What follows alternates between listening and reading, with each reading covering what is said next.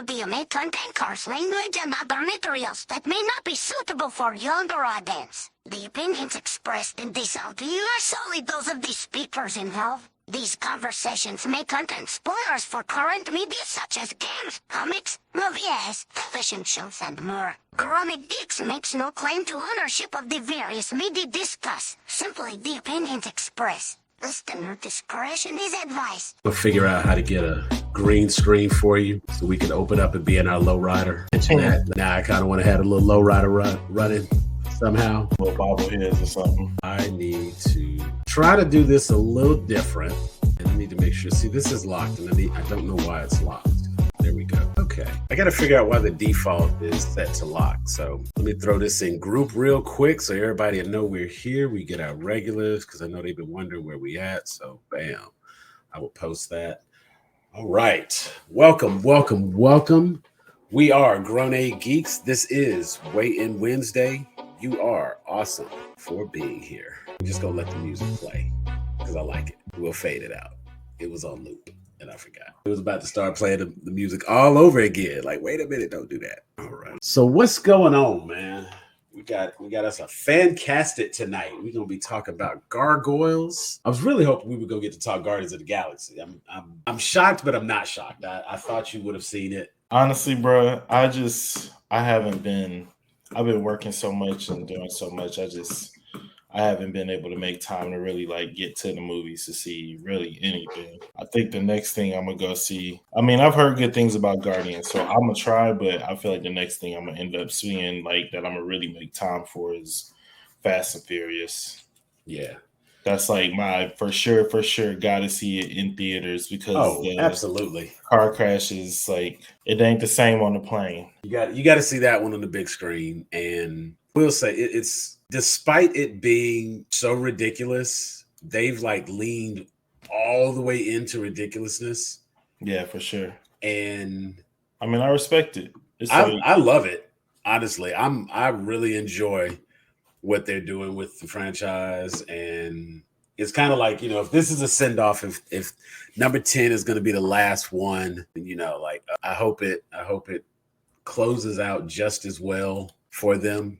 I mean, I think the thing about it is, like, at a certain point, the Fast and the Furious franchise realized what it is and accepted what it is and leaned into that more. And I think that it endeared it to, like, the fans, right? Because a lot of times what you see is, like, you'll see, like, a movie have, surprising success, right?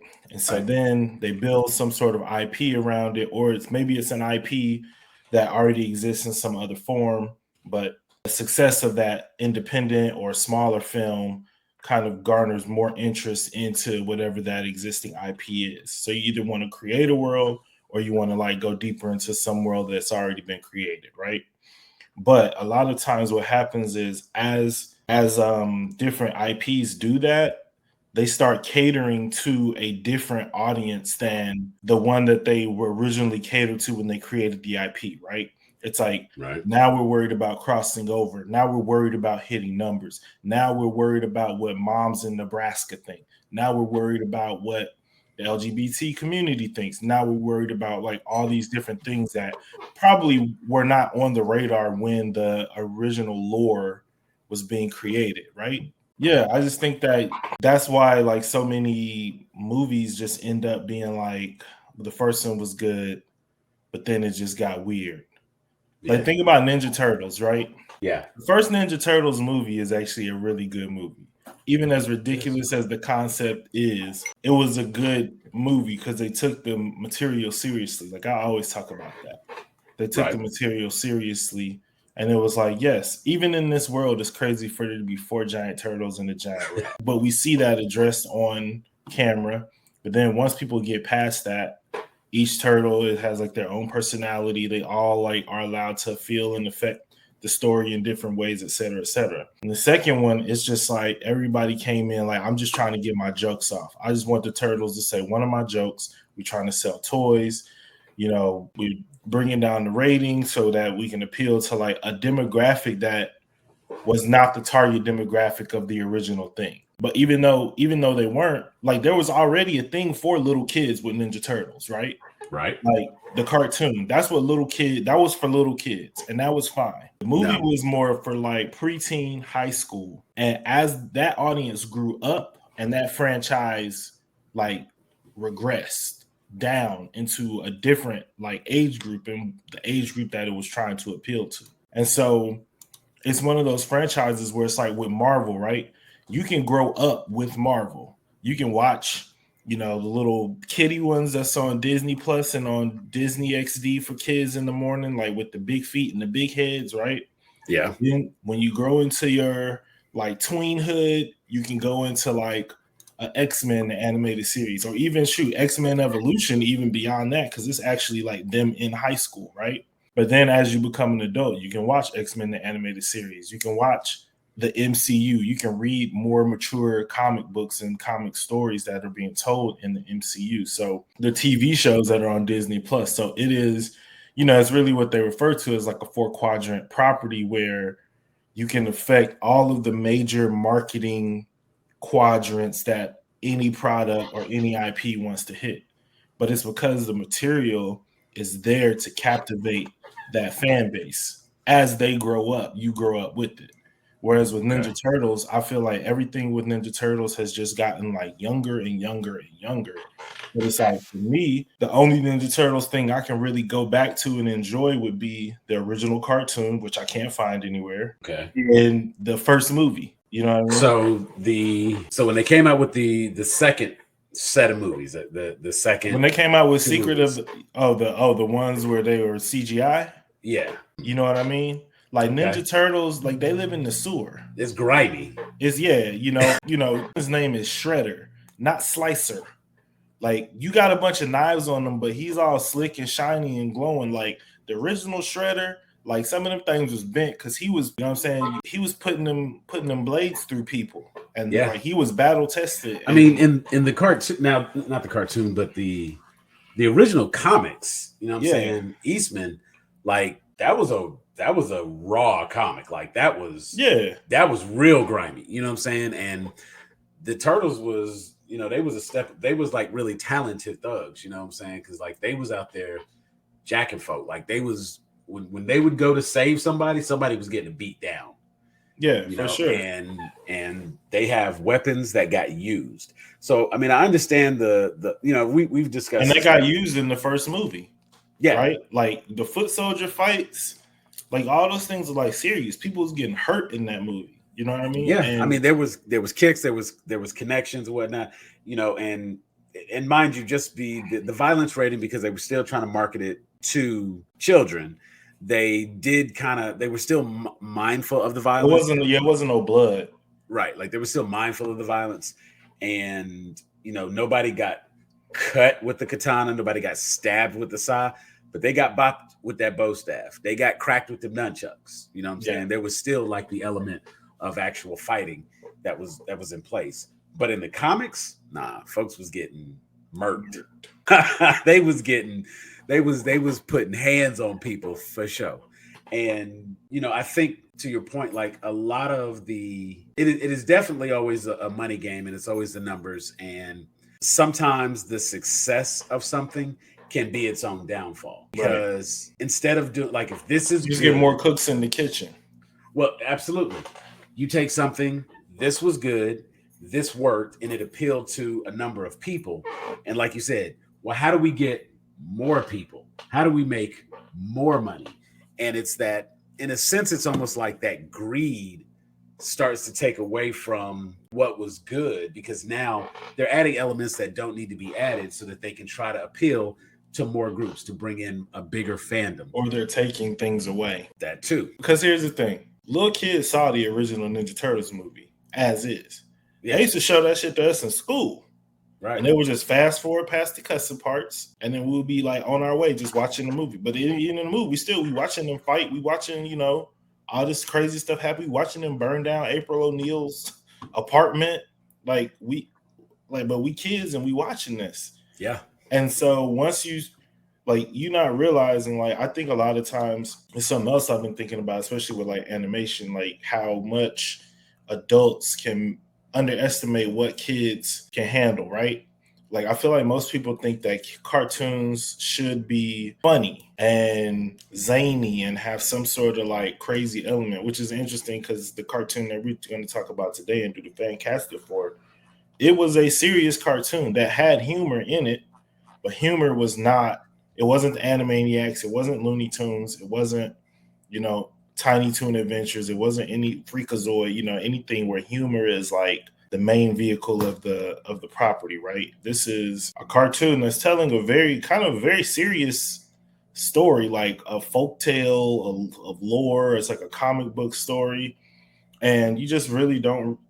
There was like a time where you saw like more shows like that for kids, like shows where there were actual stakes sometimes, and I think like it's just interesting now that like a lot of the cartoons that even would have characters where we were used to seeing them at higher stakes, the edges get sanded off. It's a lot of just like kind of goofy stuff. And yeah, don't get me wrong, like I like those things, but at times I do think about like how watching some of those more serious cartoons kind of just shaped how I thought about like adulthood. You know what I mean? Like seeing cartoons with like adults solving problems and like X-Men, like they're not like kids in their original cartoon. This is like grown people dealing with government issues and you know what I'm saying? And like fighting real battles. And I just feel like, I wonder what exposure to stuff like that really, I wonder what being exposed to stuff like that does to like children versus, having like Teen Titans Go instead of like Teen Titans or Justice League. You know what I mean? I mean, I think a great example of that is Thundercats. When you take the original Thundercats as it was, that show, there was, the normal amount of 80s violence in cartoons as they fought Mum-Ra and the Lizard Man and, what I'm saying, like the forces of Mum-Ra and whatnot. When they tried to revisit and reboot the show in, I think it was like 2013, 2014, somewhere right around there. And it was on Cartoon Network. The style changed. Everything was it had like a very heavy martial arts anime influence because that's what was popular at the time. So I'm not faulting them for it. I watched it and, I've made the comment more than once that after we saw Keanu Reeves do Kung Fu in The Matrix, it became acceptable for anybody to be a martial artist. You know what I'm saying? And when we see Thundercats return fighting the way they're fighting in the cartoon, then it was kind of like, oh, well, look at this. This is the thing. This is happening. But then you look up and you see Thundercats Go, Thundercats Roar. And it's like, that's one of those things where it's like, I actually watched it. I watched Thundercats Roar. I watched the Aquaman animated thing they did in a similar style. And that one actually had like a story to it, but it still didn't seem to have the traction. And I think, as you pointed out, it has a lot to do with that target audience, the way they view it versus the way others view it.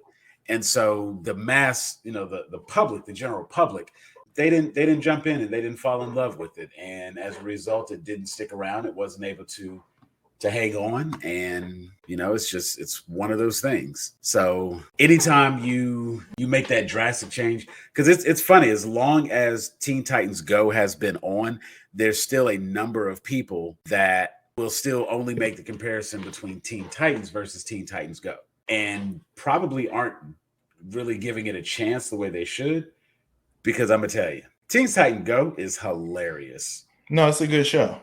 It's a really good show. Is so funny.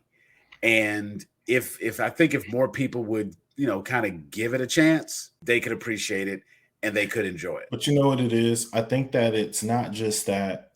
It's not about really even, they're not mad. I don't think people are mad really about the quality of Teen Titans Go.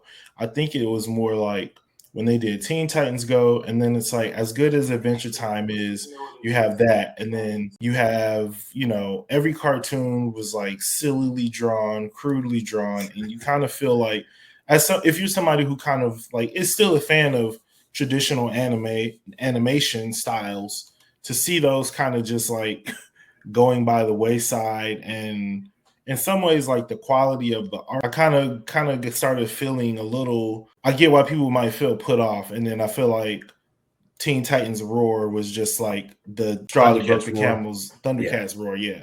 That was just like the straw that broke the camel's back. Because if you look at like all the cartoons on Cartoon Network at that point, that's they kind of are in that same vibe. I feel like the most classically drawn ones would have been like Steven Universe, which is, I wouldn't say is like classically drawn. And they like those characters are not like humanoid, like you would say like an X-Men character would be, you know what I mean? Right. Or honestly, I think like something like Clarence, right? Where what was it, Clarence? Clarence, yeah. You know, see, like Uncle Grandpa was like absurd, right? Right. Like that was in the absurd style, but I feel like Clarence was like, it's a little absurd, but it makes sense for the world that it's in. But then you had like Steven Universe, where it was like, all right, this all is a lot more cohesive, and like I would say like Craig of the Creek is the same. I think Craig of the Creek does a good job of like really paying homage to a lot of classic animation styles with just different special episodes that they've done on top of that. But I think that just like across the board, you look up and there's like no classic looking animation styles. And if that's something that you like and really enjoy, where you like things like Gargoyles and X-Men, and I would say even like Avatar, even though that's heavily anime influenced, but like the people, the design of the characters is like familiar and it's not as exaggerated and distorted. So I would like Minions. I like, you know, Pixar stuff. I like all that stuff, but I also feel like it's very like cinematic as opposed to like something for a TV show. So sometimes the art style is something I can't get past, but you know, I would like to see like, you know, just because I want to see a variety of things. So that makes sense. I can understand that. The art style for some shows is absolutely a turnoff, and it you know, I get that. And it's not until you've watched so many episodes that you are just kind of adjusted to it, and that's just how it is, so you're okay with it. But there will be times where, maybe you never really make that adjustment, because like I'm okay with the way the characters are drawn in Gumball because of the randomness of everything that happens in Gumball. You accept that world is very random. So they have a digitally 3D animated balloon character. They have a, stop motion claymation character. They have, like the annoying orange kind of character. They have the one character that's like the chin upside down. Yeah. You know what I'm saying? So it's like, just because of the variety and the randomness of that show, that art style kind of matches, even though there's nothing that's really cohesive about it. It is the randomness that makes it cohesive. Yeah. You know that anything can happen. You can see anything. And they switch it up even with an episode, because there's an episode where the mom is fighting her high school rival, and they like change the whole animation style to like a straight anime because they're fighting. And then, there's one where like I think the video store clerk, like the one guy who has every job in the town, they go to return. Right. They go to return a video or something, and he ends up with the remote, and they change art styles like 5-6 times in an episode because there's a remote control involved in the different things that are happening and taking place. In comparison, you take something like, we'll just stick with Cartoon Network, Regular Show had to grow on me. I did not initially. It wasn't until I started hearing some of the jokes and kind of starting to catch what was going on that I was like, okay, let me go back and check some of this out.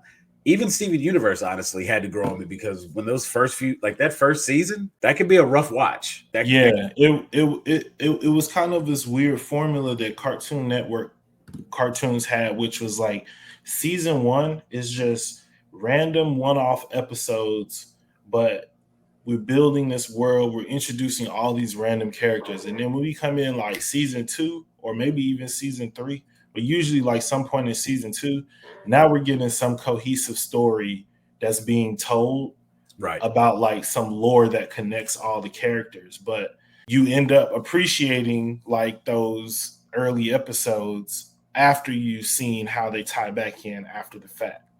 Right. But it was, I do think that was like this weird, it was a weird thing that like I feel like all the Cartoon Networks, because like Adventure Time did that. It was almost like you had to make your pitch, And season 1 was independent. Yeah. And if it did well, they picked it up, and then you had a budget, and it improved because now you had a team of artists, a team of you know what I'm saying? You had enough people to actually put out the quality of content you may have had in your head all along, but it was like you had to prove yourself and get through that first season. So a lot of those first seasons were kind of rough. And there was a thing at one point they had like, you know, you might get a week of a show, and if oral. If people weren't feeling it, then you moved on from that. But if people liked it, you end up with like 3 seasons of Super Gel or Squidbillies, or, you know what I'm saying? But like there was one like Xandar, Renegade Angel. I don't know what that was. I was like, I don't know what fever dream somebody had with that. Some of that stuff was like, I can't get with this. Yeah, it's Children's Hospital, Tim and Eric show, great job. Like, yeah, like the weirdest thing I probably watched on Adult Swim was like Shin Chan. I remember Shin Chan. I think the weirdest thing I watched initially, because I didn't know anything about it, was when I watched that Parasite or Paranoia Agent, I think it was. Yeah, Paranoia Agent. Little kid riding around on a skateboard with a bat, and the bat's all bent and bloody, and like it's just a really creepy little anime. Yeah, I never watched any of the serious stuff on Adult Swim. Just the funny stuff. I probably was just more like Robot Chicken. I like Moral Oral, but that was like short. Every now and then I could do Squidbillies, but depending on what I smoked that day. Some days Squidbilly just not gonna cut it for me. No, I absolutely get that. That was not always gonna do it for you. I'm gonna hit Ty up one more time. I'm gonna try. You know, let me see if I can hit him with a video call. Just to actually do it from my phone, because he may have to come in and do like a separate post video just to let us know. That's cool. Excuse me. But let me see if I can reach out to him real quick. I tried hitting up Dee to see if she wanted to get in. David and Linda are out having game night, so letting them have the night off there enjoying. And I don't know. I think the next fifth Friday, we're just going to take the next fifth Friday off and have us, or next fifth Wednesday, because we do weigh-in Wednesday, not weigh-in Fridays. So we're trying to call Ty right now. We'll see if he answers. And if not, then we will move on. We will rock on and probably let you guys get out of here. Xavier Art Andrew. No, it was like, is that the Xavier, that the Renegade Angel show? Mark the Beat chiming in. Oh, that's tell him get in here. Yeah, I know he got some stuff he can talk about. I might have some words with Ty. Thought he was going to jump on with us, but let me see. Post the link again. So come on, DJ Fat Snacks, gonna hop in here, man. You can do this. I'm sure you watch Gargoyles. You watch everything. And I know you can talk Guardians with me. But let's see. So something very interesting. You know what? I will do this. I've been playing with some different little AI things that are out there, just because I need to be prepared when the computers take over. I need to know how it all works. And it's already done, brother. The AI did a better job than we did. So if Ty is not on, I'm gonna just replace his slot with the AI, and that'll be our third. Yeah, I'm gonna tell you, this doesn't work. I don't know if they were going for like voice acting, but I specifically told it needed to be live action. And no, it's cool because I want to embarrass AI. Like I want people to understand. We needed to. We can't do what we do. And it's funny because of course it tried to have the little disclaimer. Well, I don't have an opinion. Like I forget what the actual script said, but it was like, well, you know, I'm not a real person, so I can't give an opinion. But these are some people that could play. I was like, okay, stop it. It almost feels like those little video shorts. If Google was a real person, used to come on Funny or Die. Yep. You see the guy with the glasses. You type something in, and he's the person that's responding. I think that's right. Let's see. Pull that out the way. Let's see if I still have it. I don't think I have it up. I think I closed all of those windows. Yep, I did. Because you have to log in. So I am logged in. As a result, it's going to pull up my last one. See, that's the thing the robots say. So he make it seem like he not going to kill you. Right. Then he kill you. And then it comes right behind it and says, I don't have a personal preference, but here are some actors who could possibly star in a live action Gargoyles movie. Then it goes off to list a lot of characters. You know what? It did not. And then I even fed it when I was like, okay, if this person was in it, who would play the other roles? And you know what I noticed? It did not. So we said we were going to go, since we're doing Gargoyles, we said Goliath. Is it Eliza? Goliath? Or Eliza. Spell with an S, it threw me off. Oh, Elise Yeah, it's hard because it's like there's people with different accents saying it. Right. So we have Goliath, Elisa, Demona, Xanatos, and Hudson. I couldn't, you know why? Because I was trying to figure out which one of the other gargoyles to pick.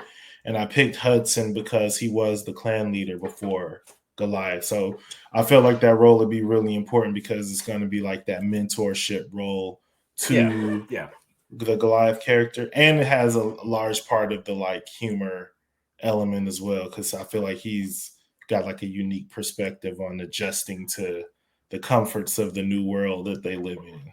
Right. And seeing like, you know, thinking about the characters, who was it? Lexington and Brooklyn. Those were, so which one was the really young one? That was Lexington, right? Lexington, yeah. Okay.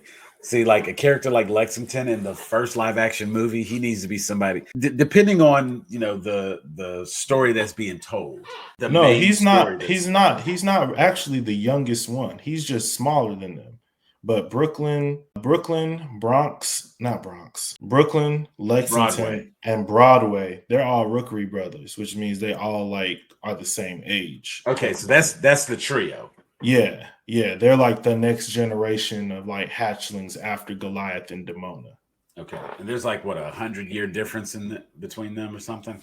I'm not that much of a gargoyles expert. No. I mean, like I only could even bring that up because, of course, I had to do a little bit more research to get a better understanding of the character, so I could, you know, accurately cast. Because Gargoyles, you know, the time that it ran was I was a senior in high school. I was graduating. You know, remember I'm a little bit older, so it was like it wasn't I've seen many episodes because I'm a big ass kid, and I was like, okay, that's pretty cool. I'm gonna watch it.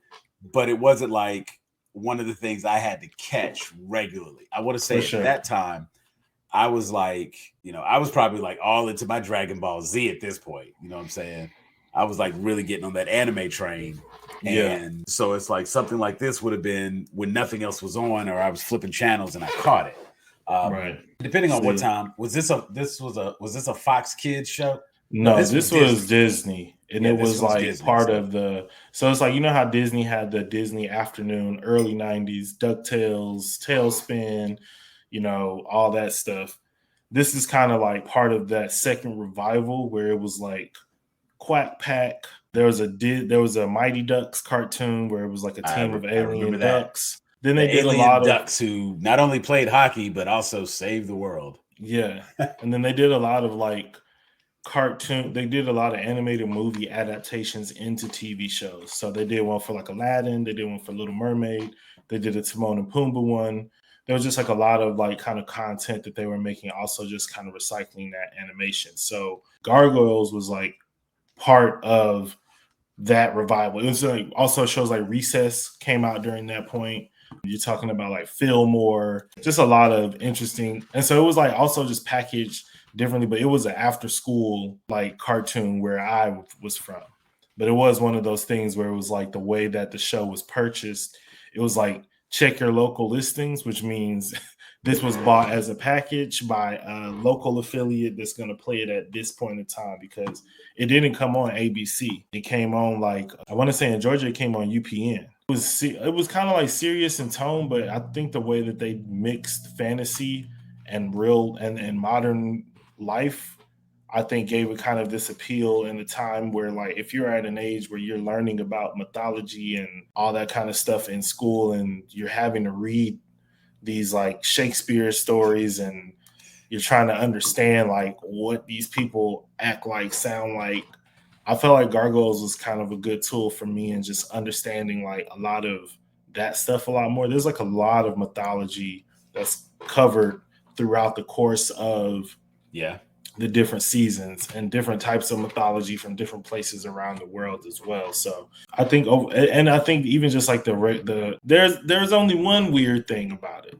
and it is what it is. But the kind of Elisa Gargoyle, Goliath like romantic undertone has always been bizarro. That falls in the same category as any Beauty and the Beast. Yeah. For sure. Except he's not. Yeah, it's weird.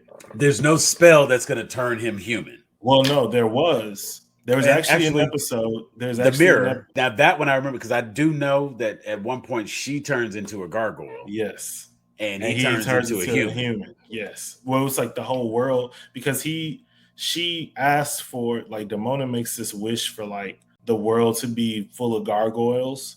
But what that does is it turns all the humans to gargoyles and it turns all the gargoyles to humans.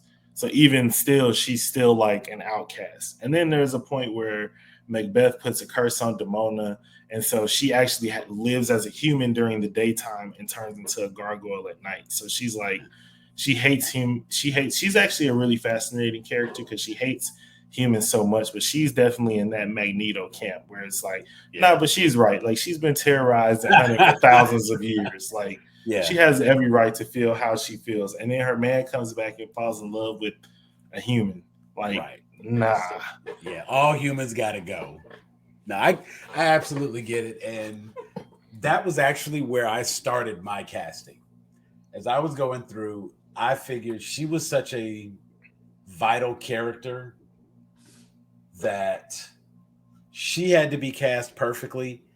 And once I knew who I wanted Demona to be, it allowed me to build out the rest of the characters a little bit better. That's an interesting take. And oftentimes, whenever we do our FanCastIts, the first thing that comes to mind is I always look at like the central character, like who's gonna carry this movie, and that is the person that I have to cast. Once I cast that person, it is easy in my head to then find supporting characters for that. Sometimes there's a particular look, a certain aesthetic that I'm trying to maintain. We did one, and I wanted all the actors to have a certain age range. You know what I'm saying? I needed them to be within a certain age range. So that limited some people that I might have thought about, and I would go and look at them and be like, okay, but they're too old. I want to stay right in here. When we did Thundercats, I was trying to base the characters on the regional location of the animal that they represent. And that was where, it actually created some diversity in that, but it was also like a challenge because I have to find someone that fits in that category.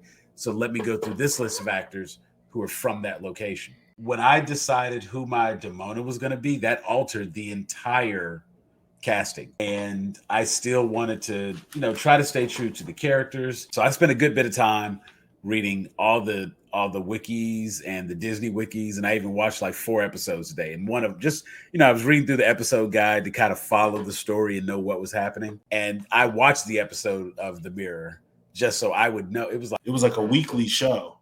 Right. But it was an after school show. It was like Power Rangers. Like Power Rangers episode, like season 1 is like 60 episodes or something like that. Because it's like they showing an episode every day.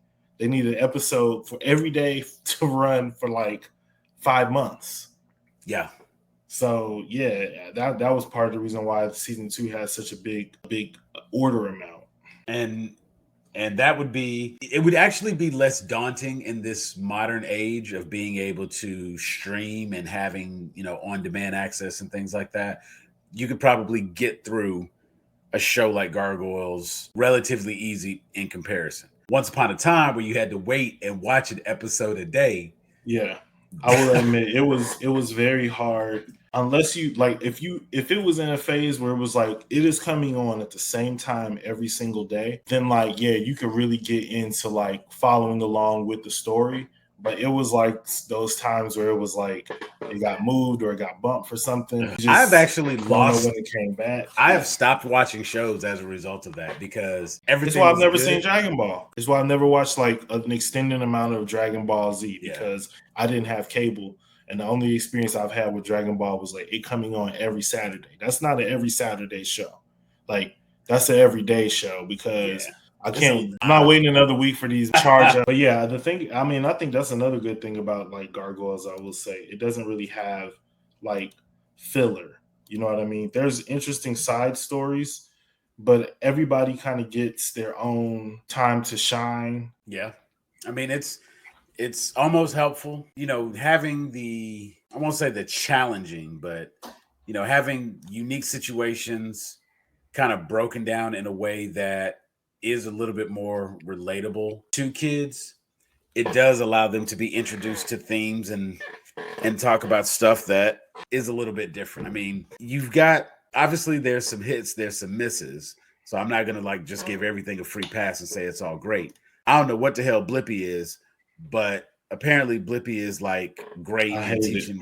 and teaching something. Versus you see like the first like 3 episodes, or no, it's a 5-part miniseries is the opener, and Right. it is the kingdom is like the year 900 or something, or 994 I think is the year or like 997 or something like that, and the castle is being overrun. There's the Vikings are coming to attack. Demona is supposed to get the gargoyles away from the castle. They come in, they attack. It happens that because she couldn't convince the gargoyles to leave, they attacked while the gargoyles statues were in their stone form. A lot of them got destroyed. And so when Goliath comes back, he sees like his family's gone, and you know, he doesn't know that Demona has anything to do with it, but he just thinks everybody's dead. Angel of the night. Right. You know what I'm saying? And so it's like it gets to be pretty interesting. So a spell is put on him, and he's gonna sleep until the castle sits above the clouds or something like that. Fast forward 1,000 years, David Xanatos buys a castle, builds it on top of his skyscraper. Now, because the castle is above the clouds, spell is broken, all the gargoyles come to life. Now we got a TV show. Hell of an opening, hell of an intro. Just reading it was like, damn, this is good reading. Like, yeah, no, it's really, and I'll say it's a really fantastic story. It's really good storytelling, and it really how it's like how all of the main characters meet is it makes sense. It makes sense why they're all like intertwined. So you meet Elisa because Xanatos, obviously every rich man is kind of a crook. He's that universe's Lex Luthor. Lex Luthor. Yeah, that's what I was going to say. So yeah, so obviously that means we need our Lois Lane-esque character, right? And so that's where we get Elisa, someone who's to a police officer, his evil doings. And it makes sense why she would be like around him and warning the gargoyles about him, because she knows what he's really up to. She's been investigating him, and he's just one of those slippery type characters. So I would say like that kind of triangle between Elisa, the gargoyles, Goliath. It makes sense why Demona hates all humans, but it makes sense why she really hates Elisa when you learn about her and Goliath's relationship.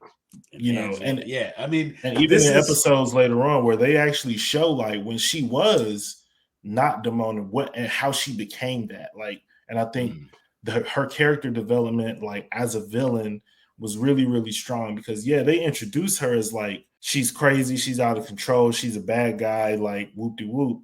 But like you see some of those early episodes where they go back to the times before everything happened, and you see them, flying through the night sky, like on romantic dates and all kinds of stuff. But then you see what she go, because the thing that you learn is she is not put under the curse.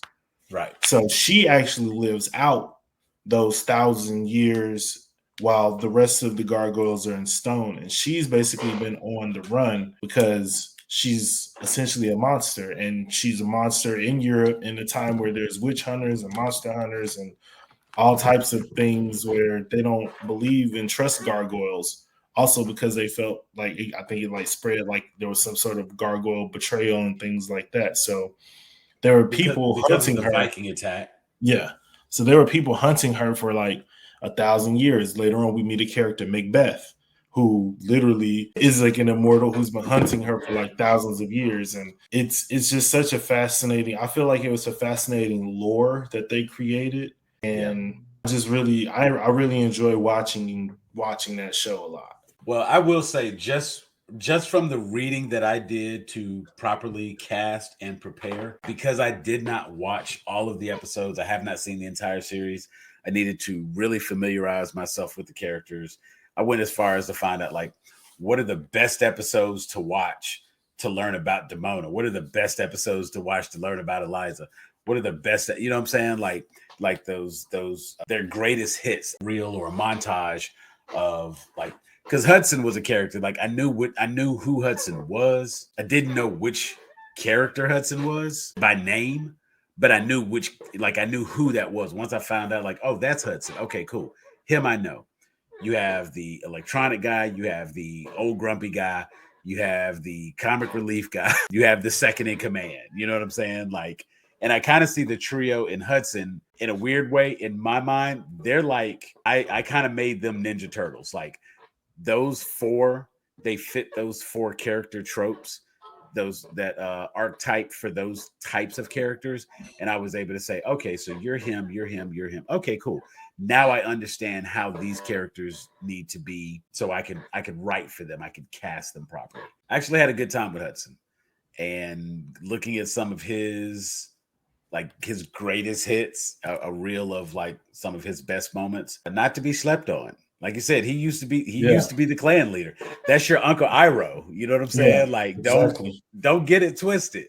Yeah. He might not be the head of the clan, but he was. So don't Right. confuse who he is. He's still that dude. Xanatos was a very easy character to understand. Like I said, just that universe is Lex Luthor. Demona, a lot of stuff on Demona. Eliza didn't need as much for her, and Goliath didn't need as much for him. Those are very clear archetypes, and it was not difficult to get an understanding of them. I think for Goliath, the big issue for him is going to be the look and the sound. You just have to get that character right. Yeah. A good actor can bring Goliath to life. But if I don't look at you and think of Goliath, it ain't going to work. Yeah, I think it was interesting to me because it's like the Gargoyles casting is going to have to be really a combination of voice and looks casting. Whereas I think, how they probably would end up doing it in real life would be just CGI and then pick whoever they want to play the voices. But I would imagine if you did something kind of like what they did with Josh Brolin in like Infinity War, where he's on the stilts, he's got the mocap dots on his face, but in the room actually acting with these actors and things like that. I really think that's something that would be like my approach to doing something like this. And that was what I did. I was thinking Mark Ruffalo and the Hulk. Right. Like exactly. you get the, like, money. Like, my man, they just could have like paused shooting. They just should have paid to let him cut the mustache. Anyway, because I'm not doing it. I'm not doing it. I'm already gonna have to like deal with this whole Flash bit. I'm not doing anything I don't have to. So okay, so let's go ahead and just hop into our casting. I would like for you I will give not necessarily a synopsis of my story. Like the story is, it'll be whatever the story is. But I am curious, and since we both kind of mentioned it, what was so you're going with a CGI mocap hybrid? Yes. Okay. I'm doing the same. And like I said, I want you to think Mark Ruffalo as the Hulk. That is the type of mocap CGI I'm looking for. And Goliath. Okay, do you want the AI's Goliath first? Sure. Let's see. The AI said, the AI thought Digimon Hansu as Goliath. I was like, okay. That's definitely a voice pick. That is absolutely a voice pick. And see, it's like I'm wondering, but my question specifically says live action.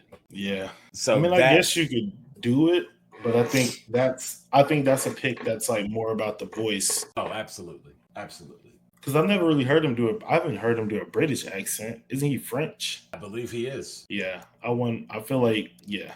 All right, you're off to a bad start, AI. Let's move on. Beninese. But yeah, French colony, as you said. Okay. So for me, and I was thinking, like I said, this one to me was not a hard pick. This was just, I need a large actor. I need a good actor. I need someone imposing who can like command the room. Winston Duke. Because I do actually need somebody that can like he's the main character. So unless I just luck up with a unknown who can do it, I needed somebody that could actually like carry the movie if necessary. But the heavy lifting in my movie comes from Demona. Okay.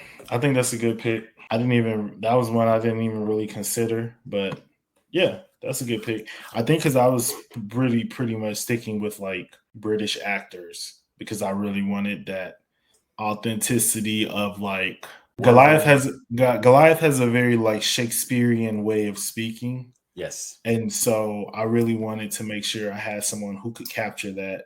I figured the size didn't necessarily matter because we're doing CGI, Josh Brolin 8 feet I tall. thought about that. No, and I thought about that. Yeah. I did. And so, but my guy, he also still kind of has like that squarish head, square jaw look. Okay. I'm going with David Ajala. He's an actor. He was in what I know him from is on Supergirl. He played, I forget what the British dude's name is, Union Jack or something like that. And then he was in Star Trek Discovery. Okay. The last season or two of that. So yeah, that's my pick for Goliath. And because my story is more like basically I'm kind of just telling the story of like the first show, which is kind of through Elisa's eyes. Right. You know what I mean? So it's more like, so she's my star, which is why I don't feel like I need to have like a big name playing Goliath. No, I get and seeing the focus, the central character, all of that does make a difference. So if your Eliza is going to be your focus, like I said, mine is Demona. Right. But because of who Demona has to interact with, I got to have some people that can like work with that. Okay, I like that pick. I like that look. I can see it, and I can hear his like now that I'm seeing him. I'm like, oh yeah, he was in such a okay, yeah. All right, let's see what bad pick the AI made this time. All right, so for Eliza Maza, the AI said Zendaya. Maybe AI. Like, and let me just say something. This particular one, I did not. The only instruction I gave the AI for this, let me see. Literally, the question is, who should do a live action casting for Disney's Gargoyles? And then I had to edit my question because it apparently didn't understand. And so I said, which actors should star in a live action Gargoyles movie? This is the list it created as a result. Yeah, no, it's 100% right. That's mine as well. I think like one, the look, like 100% on point, right? Yeah. But two, I think that the voice acting of Sally Richardson Whitfield is overlooked because what she does is she has this range of commanding cop to kind of soft, motherly, sisterly vibe with like the different relationships that she has with the different gargoyles. I think she has there's like a softness and an edge to her. And I think that, the action, we know Zendaya can do that. Like, I mean, I watched her on Casey Undercover. So, basically I've already seen her play a cop because she played like a spy. We've seen her and who had a secret life. So, she understands that vibe. She understands the big budget action movie, being in Dune and being in Spider-Man. She understands the IP, part of the Disney family. This is like, okay, Disney, this is Disney getting behind Zendaya. Oh yeah, like, without hardcore doubt. Heavy, but like on some serious stuff. You know what I mean? So I think that I don't know. I just don't really. I mean, yes, there's other actresses who could play the role, but it would definitely be one of those things where it's like you better knock it out of the park because if you don't, like people are just gonna be like, man, Zendaya should have played this. I do see it being a really good vehicle, and I don't even have to say to launch, to catapult. I see it being if you can attach Zendaya's name to the project as that character, I see somebody being interested in picking it up solely for that purpose. So I get what you're saying as far as like even Disney being behind it for that. Yeah, I think that I would agree with that. I think Zendaya is a good pick. It was definitely a pick I considered. I also, like, honestly, not gonna lie, I considered Zendaya for Demona at one point. But I'm sure, like in the back of my mind, I was like, I don't know if I'm ready for Zendaya to do villain yet. She would have to like kind of lean towards anti-hero, but Demona is a lot. Right. And so it was like, I'll wait. I'll save her for something. I'll save her for another project. And I'm not afraid to throw Zendaya in a good project. I did not see this one being it for her. I actually chose somebody else who, much like you said, can command the room when she needs to. We've seen her range. We saw her play Crazy Jane on Doom Patrol, Diane Guerrero. I think she has a great look for someone like Winston Duke. Some people may be familiar with her on Jane the Virgin. Also, Orange is the New Black. Yes. I think that's where a lot of people are probably going to recognize her from immediately. But she's done voice work. She was in Encanto. So I mean, she's I believe talented enough to do this kind of role. I think she can, run with the big ones because she's been on some decent sets. And just the fact that she was in Encanto, she's got that voice work down. Now she gets to showcase some of the other things that she can do. And she was Isabella. So, you know what I'm saying? Like a main character kind of thing. What I understand for Lysa, the potential love interest for Goliath, she is the cop. She has to be a badass at some points. She also has to be, like you said, approachable and obtainable. So I really like Diane Guerrero for that. Oh no, it did pick a Demona. Yep. So the AI, you might like this casting. I'm not gonna lie, you may like this one. AI thought Lupita. It thought Lupita should be Demona. So it's got Digimon, Hansu, Zendaya, and Lupita. I promise you, like, if I could, you know what? Matter of fact, I'm just going. It's feeling very, I don't know. The Hotepness is my Hotep senses are tingling. I will say now look, if it's an AI, there is absolutely an algorithm in place, and that says all the gargoyles are black people. Look, and I get it because Elisa Maza is actually like she's Afro-Latina, so I get that look, like the face comparison, et cetera, I get that. Look, the people that casted for Thalog, Fox, Magus. Let me tell you something. I don't know who the hell is sitting on the other side of that computer. Fox would be interesting, but she would be in my sequel. Right.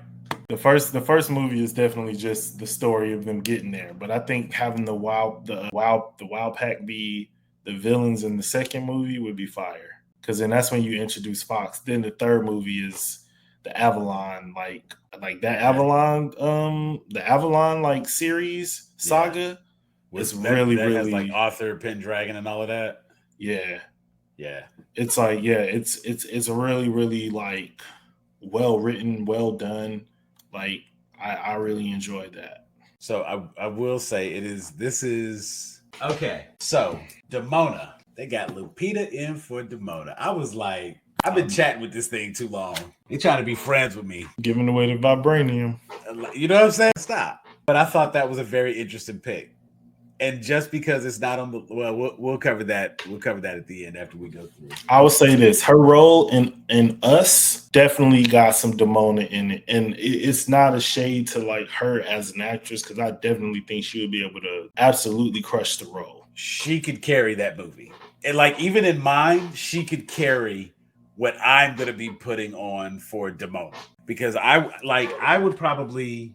My story is going well. Let's get to your Demona, and then when we get to my Demona, I can kind of go into why I centered the movie around Demona. All right, so my Demona, I wanted, obviously, like I just needed somebody who's going to be a phenomenal actress, a powerhouse actress, who's going to be able to give that Shakespearean, who's going to be able to match that Goliath Shakespearean energy, but with less of the regalness, because Demona, she just has a regular accent. Like her Shakespeareanness has been sanded out over time, right? And I cast someone who I've seen just give very like emotionally appropriate performances. I casted Shaniqua Martin Green, who also from Star Trek Discovery, and I think that the chemistry between her and David Ajala would be phenomenal, because they play like couple on Star Trek, so they have like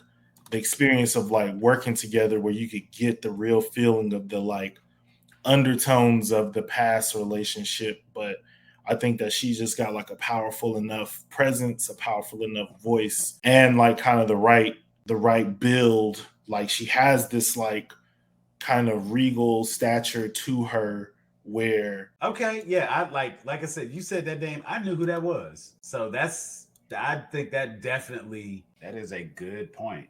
That clash would work really well. Okay. You know what? Let me see if I can clip this picture. I'm gonna send this picture to you, just because. Actually, you know what? No, I'm just gonna show this picture, because this is to the point you make as far as the chemistry between them. This happens to be a scene of your Demona and your Goliath. And I just like slap some wings on them right here. And I'm like, you know what? Yeah, I see it already. This is very good fun. That window, boom. You hear now, Angel of the Night. Right. I'm just saying, like, I'm looking at that and I'm like, yeah, that. Because see, it'd be real easy to put the little crown around that and let that go wild. Yeah. I mean, she's had a new hairstyle every season, so I'm definitely not worried about the wig for Demona because she's looked good with every hairstyle she's worn in Star Trek, from long ass braids to short cuts and whatever. So, but I think, yeah, like I said, I feel like she has a gravitas that the character really needs in order to really be heard and understood. Like, I don't want Demona can't come across like I'm just doing bad shit to do bad shit, but she's really just like dealing with like a lot of trauma, and she's trying to fight back against a world that basically tried to like kill her.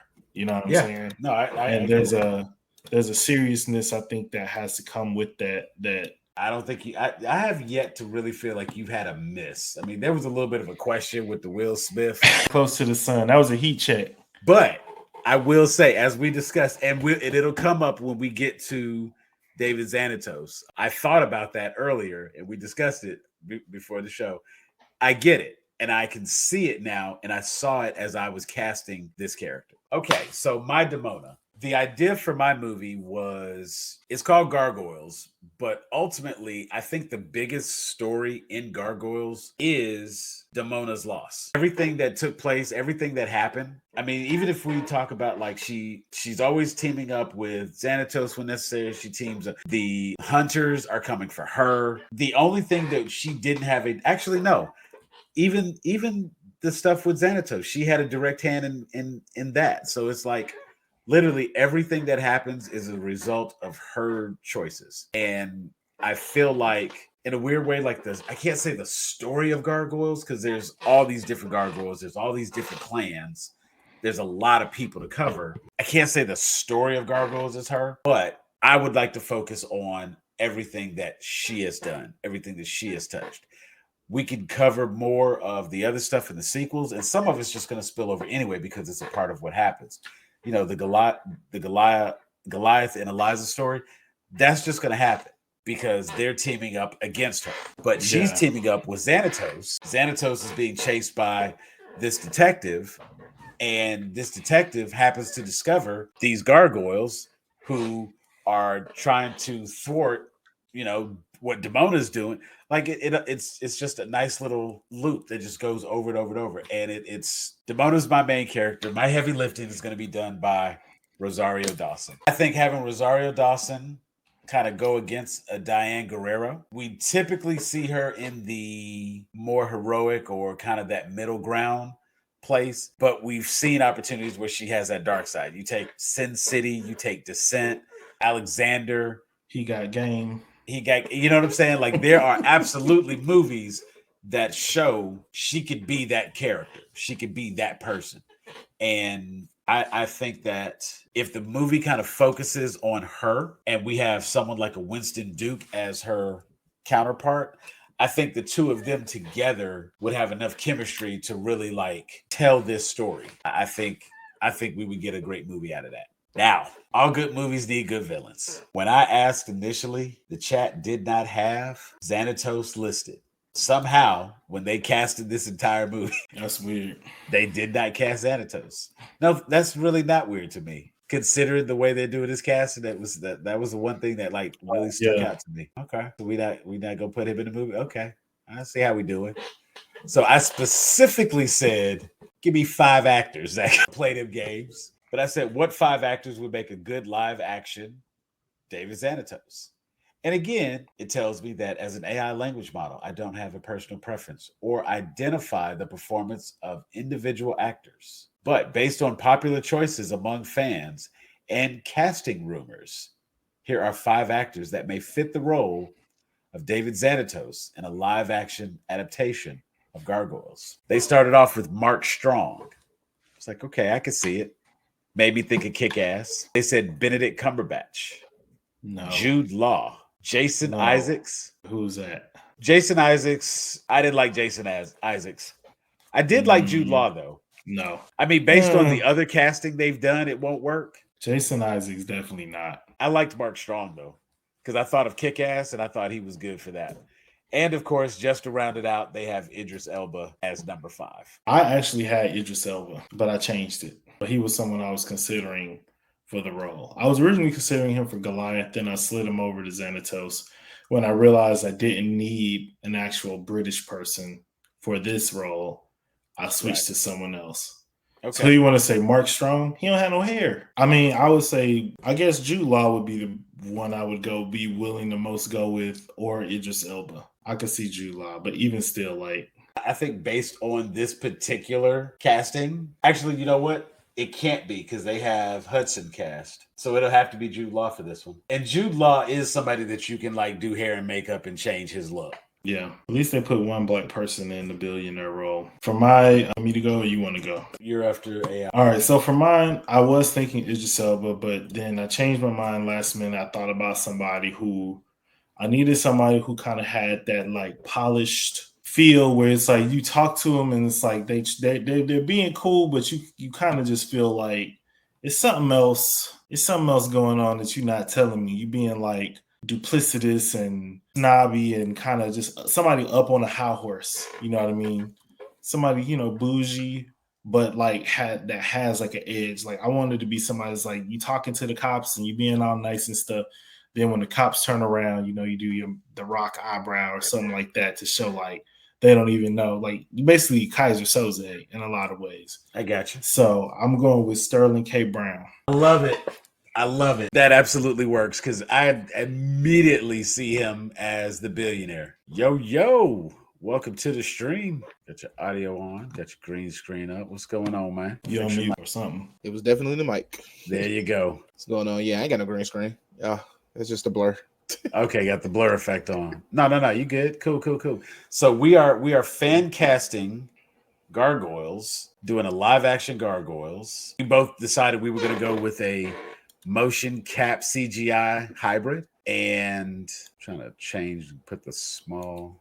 There we go. Got the small Wayne Wednesday up. We're going with the motion cap CGI hybrid, and we have cast Goliath, Eliza, Demona, and we've just done Xanatos. I'm about to give my pick for Xanatos. So if you want to take a moment, think on some characters, and we can maybe let you bring some in.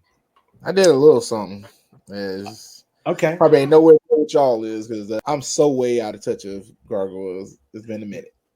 Like, honestly, I tell you, I spent some days catching up. I should have been watching the episodes, but now I probably will go back and watch the whole series. Sure, it's on Disney Plus. Yeah, it is. So for my Xanatos, I wanted somebody who, and honestly, I think I'm going to save this character for later as well. I wanted somebody that I know would look good in a suit, that would be believable as a billionaire, but also is believable as the bad guy. He has to be charming enough to make you think that he's not the bad guy, but when you see him, you absolutely know he's the bad guy. Zachary Quinto. I could see Rosario Dawson and Zachary Quinto having a conversation with one another, that going back and forth, the way that dynamic's going to go down. She thinks she has the upper hand, and then he says something real. What was his name on Heroes? Siler. Yeah. Right. Like, said, give us a real Siler reaction. Like, okay. Be cold and methodical like Spock. But then when he gets mad, like, I'm just like, oh man, Zachary Quinto would be awesome for that. And I kind of wanted the main villain to be somebody different. Somebody that I think needs a little bit more shine as a bad guy. Idris came to mind for a moment, but Idris did his bad guy turn in Hobbs and Shaw. Talking about Superman? Black Superman? Yeah. Right. When he was Hobbs. But even then, he was like, the bad guy in The Wire, technically. He was a good bad guy. Which leaves us with Hudson. Now, the AI actually had... I mean, I can see it, but they also have Digimon Hansu as Goliath. That to me didn't work. I was like, what? Yeah. Those two, that doesn't work to me. But there again, if it's CGI and it's voice work, they can probably get around age up, age down as necessary. But I feel like that's gonna be a weird dynamic on screen. I mean, I don't love the Jude, but that's the biggest miss has been the Goliath pit. So it kind of just makes the Hudson pick like maybe it should have been somebody older. Right. Oh no, when I did another one, because after I decided that once I knew who I wanted my Demona to be, I was curious if I gave them a character, could they build out the right casting based on that? And when I said Demona as Rosario Dawson as Demona, and then had them like come up with casting, they put Morgan Freeman in as Hudson, but then they had The Rock as Goliath. Stone by day, warriors by night. I was like, can't nobody afford this movie. So that one to me was interesting. But so Hudson, who's your Hudson? My Hudson is somebody who obviously like needed to be older than my Goliath, needed to be not necessarily past his prime, but kind of just beyond the BS. You know what I mean? Like he don't want to deal with the clan squabbles and all that kind of stuff. He's there for like kind of a mentorship role. So again, one is somebody who I've seen play that role to a main character before on screen, but also one is somebody who could do the like comedic Scottish elements of it as well, and still kind of was in that same Shakespearean mold because, you know, these are all like all my gargoyles who grew up together need to kind of have the same vibe in how they speak. So they all kind of, maybe like the younger ones, they didn't have that same vibe of like, we need to sound regal and Shakespearean and stuff. But right. I feel like, you know, Hudson and Goliath kind of had that very mature relationship with one another.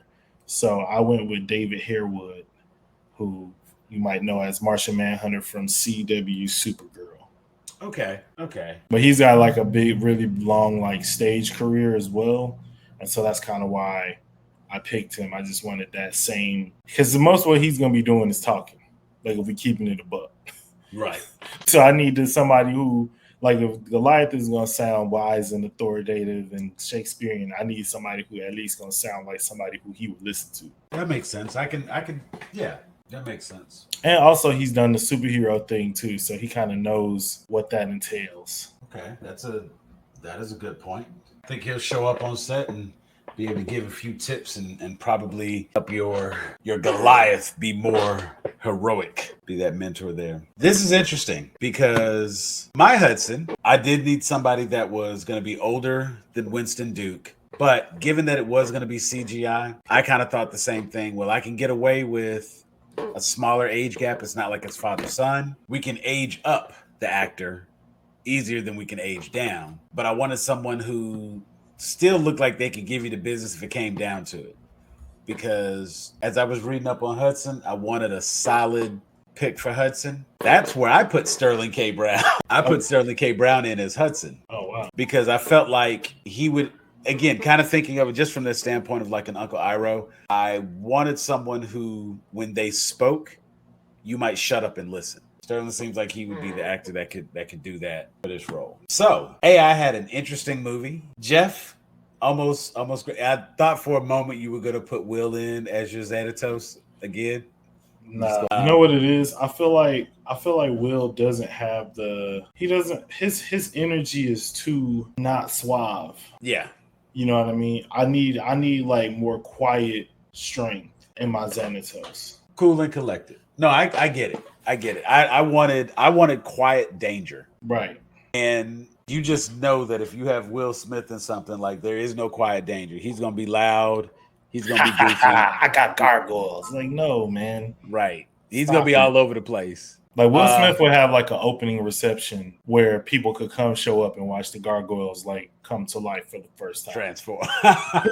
See, but like as I was thinking about Zachary Quinto for Xanatos, it really helped me to like see your vision when you were casting him as M. Bison. Yeah, I still gotta say though, I really like your Goliath and Demona pick. So let's get this image popped up so we can see this thing. Where's my temp folder? There it is. That is. All right. So DJ Fat Snacks, you said you did a little some. What you got? Who would you bring in as your Goliath? All right. So quick choice was because I've been watching Superman and Lois recently.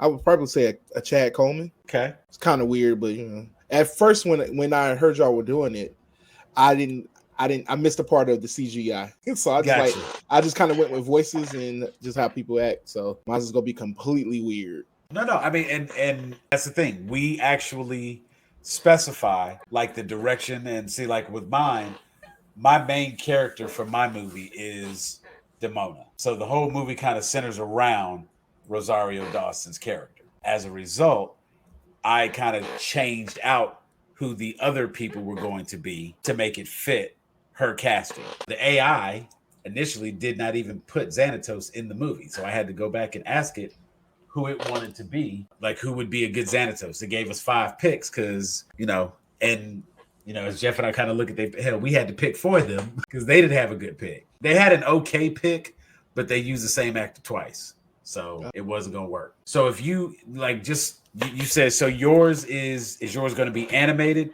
Probably going to be animated, yeah. Okay. So if some characters could go both ways, but yeah. In the idea of it being live action, if your character is completely CGI and you just need the voice, then it's completely CGI and you just need the voice. Because you have The Hobbit, Desolation of Smaug, you know what I'm saying? Like, you got a big-ass dragon, Benedict Cumberbatch is doing the voice for that, and it's just voice work. Nah, he was body rolling on the couch too. I seen the video. I seen the video too, but you know what I'm saying? Like the mocap they did for that. I think sometimes in order for, like, even when you look at some voice actors or whatnot, when you see their behind the scenes, you can't make certain sounds unless you are doing the thing. Yeah. Yeah. And so it's like, I think to really like get into character, sometimes they get in there, they do that sort of thing. And I think that's what that was for him, to like really envision what it would be like to sound like that dragon. Doesn't mean it's always got to go down like that. So, it can happen a little different. But if you want to do, live action, completely CGI, and these be voice characters, then yeah, that's the stipulation of your casting. So it's, So what you got? So we got your Goliath, and you said that was a Chad who? Chad Coleman. Chad Coleman. He was in Arrow. He was in All American and Superman and Lois. And Walker Dead, the Tyree from Walker Dead. Oh, okay. Yeah. He's in the Orville. He's like a recurring character in that show. Yeah. Okay. Got a nice little solid resume here. And you know what?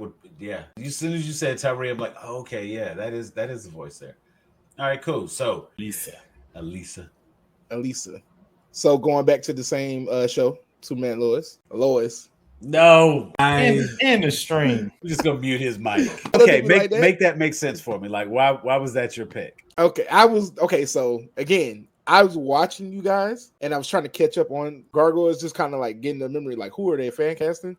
Okay. And I was just looking at people who fit the role too at the same time. So I was like, okay, she kind of looked like that character.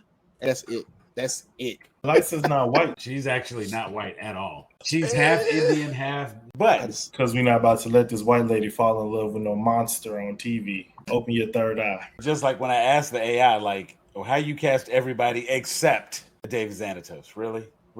Okay, so Elizabeth Tulop. I told you I looked at her and like, okay, she could probably play that role. Then I looked at who I had her with, and I was like, I don't know. I mean, honestly, you know what? You probably would have been safer if you'd have picked Lana. Lana would have been the better pick. Yeah. For your Elisa. But okay, that was your pick. So who you got for Demona? Quick, fast. Okay, quick, fast, and hurry. That's what that was. Okay. That's a good pick.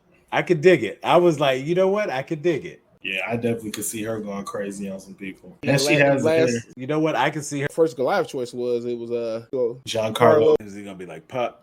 He would be Owen, Xanatos' like little stuffy assistant. Okay. Who turns out to be like the 1,000-year-old magician mage guy. Yeah. Okay. Who's next? Who y'all got up next?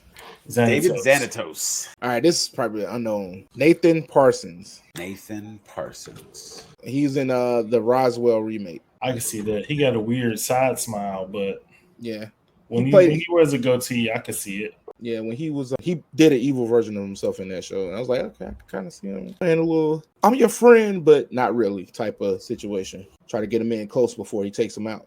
Who was he on Once Upon a Time? I'm about to find out right now. Hansel. I don't remember that season. That was the weird season where they were doing like non-Disney stories. Like, nobody want to see this. Somebody want to see Dr. Frankenstein on Once Upon a Time. During that Grimm season. Yeah. It was like getting off track there. I'm sure sitting here like, I don't remember him at all. My wife would probably know who that was. I'm like, okay. Now I've watched all the Once Upon a Times, even the Alice in Wonderland one, which was actually surprisingly good. So now you're telling me I gotta go back and watch this crap. Watch what crap?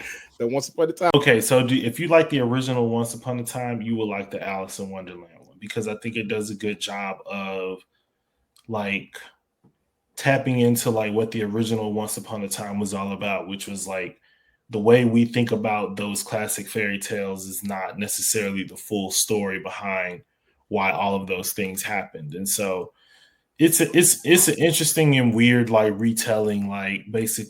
I mean, I won't ruin it, but it's kind of like Alice goes to Wonderland and you know, nobody believes her when she gets back and she's like an adult now and you know, all these things happen to her in Wonderland and she's been trying to like find a way back and then like something's happening in Wonderland where Jafar is trying to amass all this power by finding like all these genies and she has to go back and save like her boyfriend, etc. And it sounds convoluted, but in the show with the other characters from Once Upon a Time. You know what it's like? It's like, you know how Once Upon a Time was like everything was happening in the real world that we were seeing, but then the flashbacks will always be in like the Enchanted Forest or something like that. It's kind of showing the back storybook. Yeah. And so that backstory fed the modern plot.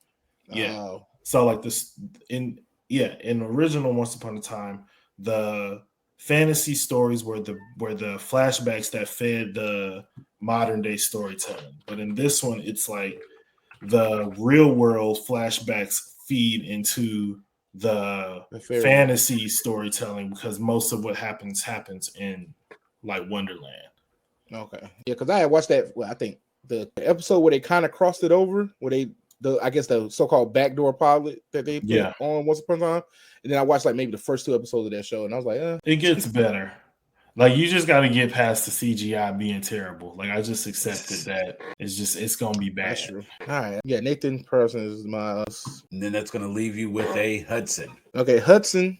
That was the first person I cast because I wasn't thinking that y'all were doing the CG jump, so I was going solely off of voice and just kind of like a character, a guy who gives wisdom in real life shows, well, live action shows, and Barry Corbin. Barry Corbin, yeah. Whitey from One Tree Hill. A couple. It was wasn't he in? No, he wasn't. He looked like the Quaker Oats man. The diabetes, and just like the things he did in that show in One Tree Hill, because he was like the coach of the basketball team, and he gave wisdom to like the adults and the kids. I could kind of see that happening in Gargoyles, especially for that character. He does actually look a lot like Wilford Brimley, though. Like diabetes.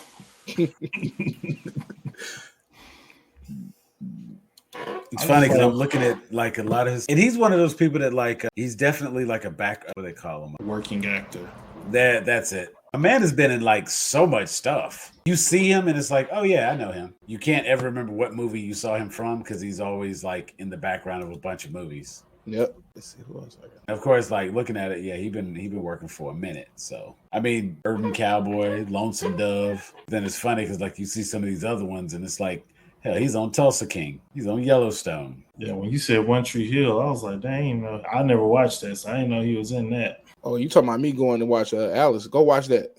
But you probably didn't like any of that CW stuff, huh? CW stuff was that CW era of things was when I was in my more militant phase in life. I just didn't want to see a bunch of like white kids crying. Like when I was in college, One Tree Hill was out, and like that one show, Everwood. And I remember one time I came home, I was like coming home to my dorm, and like we had co-ed dorms, and it was basically like a bunch of white girls on my floor, and they would get together and watch Everwood every week. Every week I walk by that room and they be in there crying. I'm like, why do y'all do this to yourselves? All y'all do is cry over this show every single week. But it was must-see TV for the white girls, and shout out to them. They cool, but I couldn't get down with the TV viewing habits that they had because they be watching some whack stuff sometimes. Yeah. Okay. So this will be a, you could probably do like a Final Fantasy movie that came out that was all CG animation. Yeah. Something like that. That really weird looking motion cap. Okay, well, Mark, I still appreciate you playing, man. You gotta, you know what? If they even if you just did a reboot, you're not doing a live action movie. You're rebooting the cartoon, right? Yeah. Okay. Yeah. Honestly, I would probably even be okay with Barry Corbin, Nathan. What was it? Parsons. He could probably work as well. Honestly, my only issue really is Tulak. She got to go. Yeah, in a way. You recap. Honestly, she's not about to do this. she- She's not about to do this on 2 shows. I mean, and you so know far, what? I can't comment on her performance. that's why I'll be real. That's why they got to. You know what? I'm not. It's not believable. Thank you. Okay, cool. I don't have to say nothing else. I agree. It's not. It's a little bit believable. It's not believable. No, it's not. Cool. I don't even have to say nothing. Okay, folks, that's our show. We're not gonna get into that one behind the scenes, but pay me or just message me and we'll talk about it. Yeah, I'm not a fan. It's Lois Lane. I will say, like, as far as the show goes, she works fine for the show, but it gets deeper than that because I'm not a fan of Lois Lane. Period. But she definitely doesn't work. And I mean, Lois Lane also back in the day. Don't forget when she got in that machine and she turned black for a day, so she could cover a news story. Yeah. And then basically at the end asked Superman, "Would you still love me if I was black?" And he was basically like, "Yeah, because I'm an alien." Right. Yeah. They slipped up right there.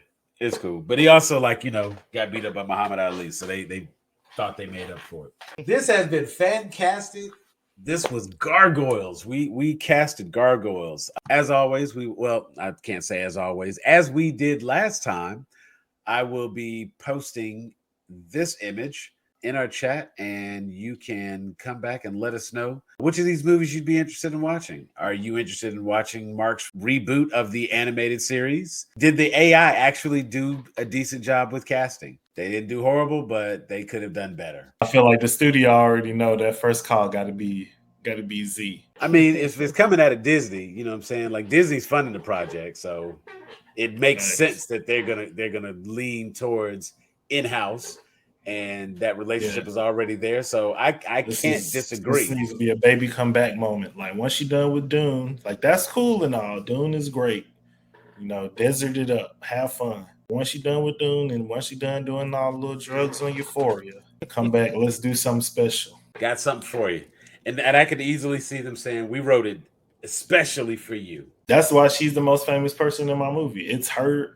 Because if you watch the show, a lot of times, until the 4th season, when they get into the Goliath Chronicles, a lot of it is very much told from Elisa's point of view, because she's the one who is setting the tone for helping the gargoyles understand the modern world that they live in.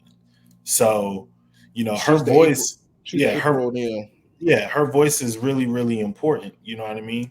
And her ability to be charismatic and guide the watcher into like this world, but also guide like these other characters in this world too. To me, just like makes a lot of sense. If you get a chance, did you watch Doom Patrol? I have not. I need to. I need to finish Titans first, and then I'm gonna go watch Doom Patrol. Yeah, I think now that have they? Yeah, everything's canceled. No, I know everything's canceled, but I'm like, did they? How many episodes are left on Titans? Did they? It's 2, I think. 2 left. No. I don't know. I'm waiting until they all come out, and then I'm just binge. And that's what I'm doing. Pause it right there, and I'll just finish it out. And I watched the trailer for the last half, and I was like, okay, yeah. But much like you, I'm like, you know what? I'm just gonna wait. I just want to see the whole thing. I just want to see the whole thing. Sit down, take me a Sunday or something, and just sit back, watch the whole thing, and enjoy it. Actually, it's 1 more episode. Okay, so I thought we were close. Actually, I thought this was the last. This coming episode was going to be the last episode. So let me check that real quick. All I know is it's just good. Okay. Yeah, Thursday. Thursday is. Okay, that's what I thought. The next episode will be the last episode. So this weekend, my thought, may have some time while I'm out cooking because I gotta do a little something on the grill for the wife for Mother's Day. So early happy Mother's Day to all the geeks out there and all the ladies in your lives, that sort of thing, and all you lady geeks out there. Happy Mother's Day to you if you happen to be a mother. Yes, thank you for birthing future geeks. Yep. Got to keep the geek populace going. Raise them right. This has been FanCastIt. We appreciate you being here with us. Make sure to click the QR code there in the corner. That'll take you to everywhere you can find us and all our socials. That'll take you directly to our Facebook group, our YouTube page, our Twitch, etc., etc. All socials, DJ Fat Snacks. Got 2 new YouTube pages. DJ Fat Snacks, Snack Cat. You got me saying cast, God. Well, you were on FanCastIt, but you have so one is your game. One is a gaming YouTube channel, and then I have another one where I do a lot of reviews and stuff like that. I'm just getting started, so trying to pop it off. Also, I'm doing my Twitch page, and yeah, that's it. All right, that's what's up. I found out about it because I follow the TikTok, and of course, I see all the gaming, sniping, and everything, and all the kills you be doing on that. And just, excuse me, all the gaming you be doing there, and that's enjoyable. So of course I may have to check out. I don't actually watch like a lot of gameplay footage. I typically watch gameplay footage when it's something I'm trying to debate whether or not to buy. Then I like this, I may watch somebody play a little bit. Some stuff I don't need to watch because I'm gonna buy it anyway. Jedi Survivor, I ain't gotta watch somebody play. I'm gonna buy that. Like, it's not a question. So I don't need to watch it because then I'll just be spoiling stories. So yeah, and that's the one you're doing right now, right? Yeah. See, and, so and Friday I'll be doing Legend of Zelda. Now that one I may watch. And just see if we're gonna hit the boys up with it. But Jeff, I know you busy. Anything else you need to announce? Anything that's coming out that we need to know about? Nope. All right. Well, make sure you hit jpnt17.com. Check out some artwork. Get you a custom commissioned piece of art up there. He's got some really cool stuff. Got some. There's a poster you have that I have to have that poster. It's the one Afro Picks, the DC Afro Picks. I'm gonna have that. I just finished the Star Trek one too that I got to put up on the site. Okay, but yeah, there's a DC Afro Picks and a Marvel Afro Picks, and I'm like, I want that. And I got some other stuff I'm gonna probably commission for you because I got some ideas and some things that I want to fill in some of these gaps I have on the wall. But this has been waited. There's one and two. It's not a lot of gaps, but I'm gonna redo some of it. I moved some stuff around because, like, now that my TikTok is trying to do a little better, I'm like trying to find my spot where I'm gonna record, and so I moved some of my. Well, you can't see them now, but I used to have those 2 pop figures there. Okay, were right there. There's, of course, my Mace Windu lightsaber and some other pop figures. Everything on that shelf is where is it? There. Everything on that shelf is pop figures. Those are like small collection of DVDs. That's probably gonna be a video I do real soon. We're gonna do a walkthrough. Just check out the Geek Den, but that'll be later. So if you click that QR code, you can find the TikTok and you can watch that video. But for Jeff, DJ Fat Snacks, and myself, Sam, we are Grown A Geeks. We appreciate you being here, but we are out of here. Peace.